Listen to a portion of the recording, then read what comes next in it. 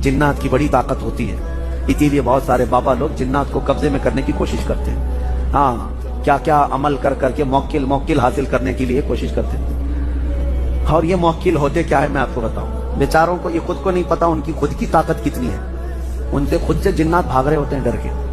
आपसे भी डर के भागते हैं जिन्नात, आपको पता नहीं। और हैरत की बात यह है कि तुम खुद उनसे डरे हुए बैठे हो, पता नहीं कहां से जिन आ जाए। जिन तुमसे डर रहा है, पता नहीं इंसान क्या कर लेगा।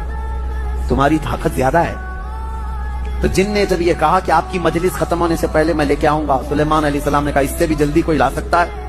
कुरान में क़ाल अल्लज़ी इंदहु इल्मुम मिनल किताब अना आतीका बिही क़ब्ल अन यरतद्द इलैका तरफ़ुक।